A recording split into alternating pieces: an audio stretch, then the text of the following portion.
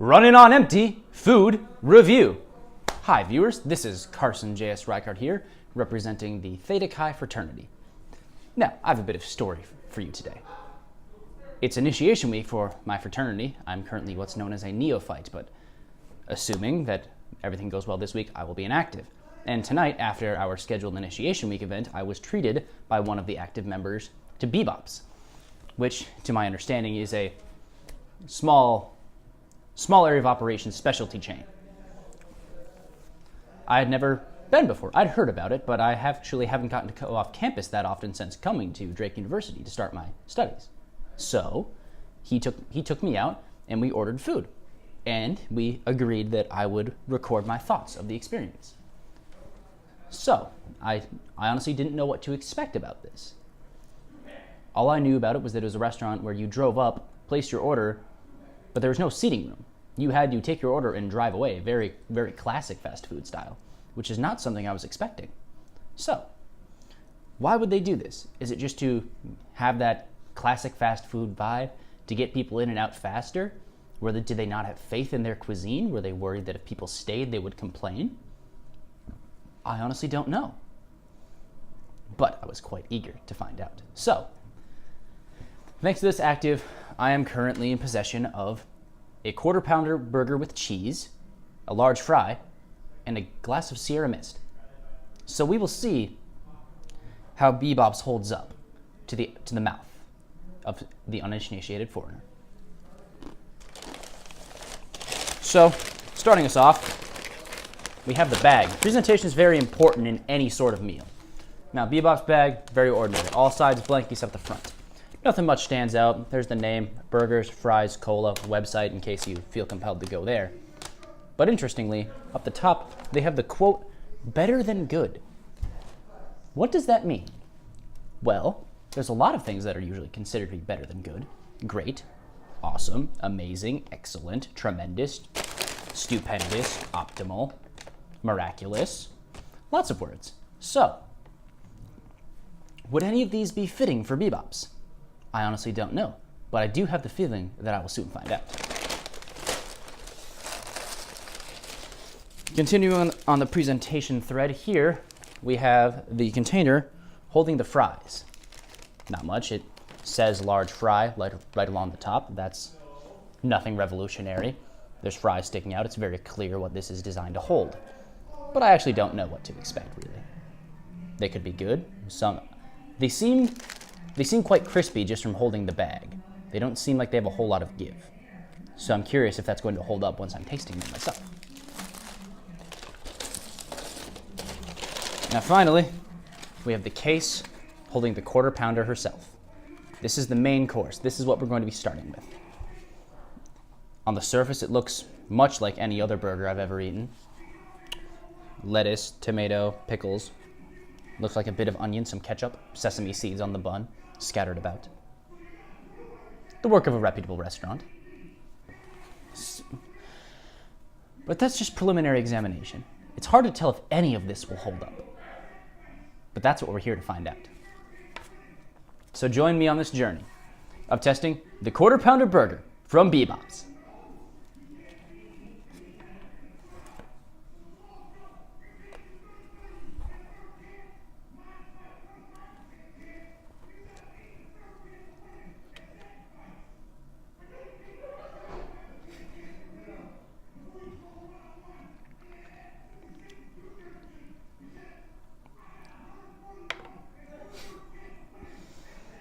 Well,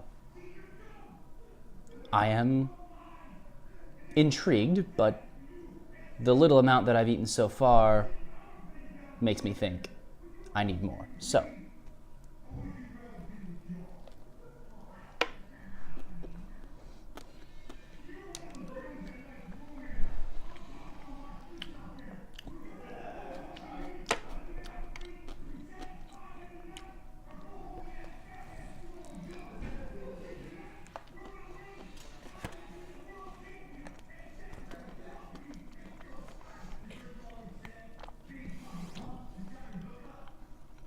okay.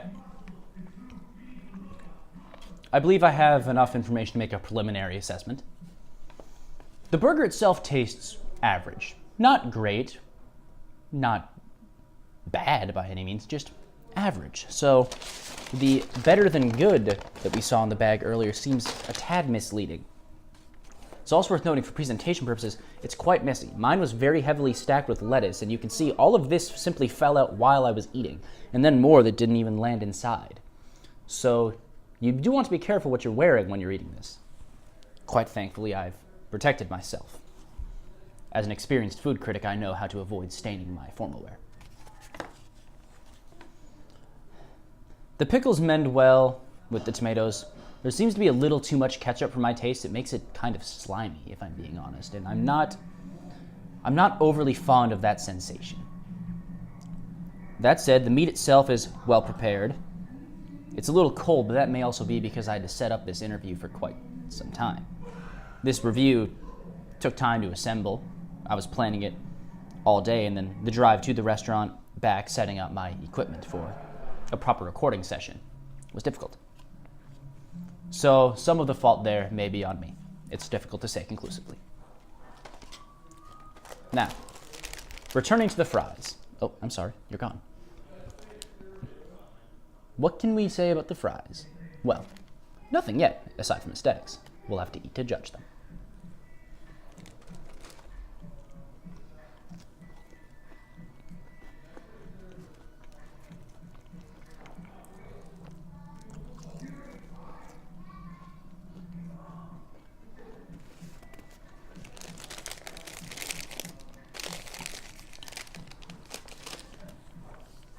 Well, my first comment is, once again, that they're somewhat cold, just like the burger, which leads me to believe that perhaps it was my source of error rather than the restaurant's. So don't take that criticism too harshly for all of you potential consumers out there.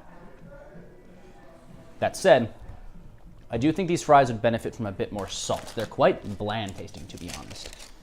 And I was correct in my original assessment. They're quite crispy. Not hard on the teeth by any means, but also not quite pleasant, if that makes sense. I prefer having a little more give with my French fries, but that could be a matter of personal preference. These may suit your needs just fine, but I will leave that to your discretion.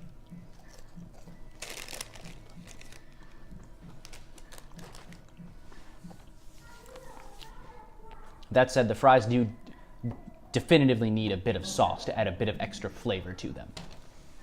I don't know quite what else to say about them. They're French fries lacking in salt, they're crispy, need sauce. Fairly generic all around. I'm not disappointed nor thrilled.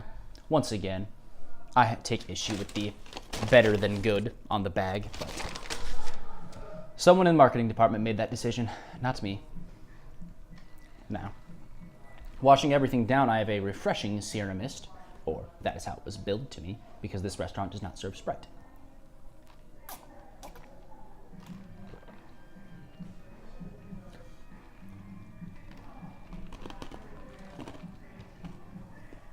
Well, not much to report here either. This is simply a Sierra Mist. It's hard for a restaurant to get Sierra Mist right or wrong. It's delivered in bulk and they don't produce it themselves. If there was an issue, it would more than likely be on the end of the manufacturer. So, once again, don't take the Sierra Mist into any sort of consideration other than rounding out a healthy meal. Or rather, certainly a quite unhealthy meal. Unlike some restaurants, they do not have calorie counts next to the combo meals as you selected them, so I'm sure that what I'm consuming is far from optimal for my diet. That said, I am willing to suffer the burden for you, dear viewers. Now, in conclusion, I would like to give my parting thoughts on this meal. And I think it can all be traced back to my repeat of pointing out the bag. I feel as though I was misled by B-Bops with this mantra of better than good. Because as far as I can tell, it wasn't. This was a thoroughly average meal. I'm neither disappointed nor elated that I experienced it. I am happy that I got to go out and visit a Des Moines staple and broaden my horizons in a new land. But at the same time, I can't help but feel that perhaps there were other local eateries that I should have featured more prominently, that perhaps may have a more delectable surprise in store for me. Well, considering that search, that means you'll likely see me again, as I'll find new, delectable cuisines to enjoy, ideally, and review for you, dear viewers. Thank you for your time. I hope you enjoyed this video. Running on empty, food review.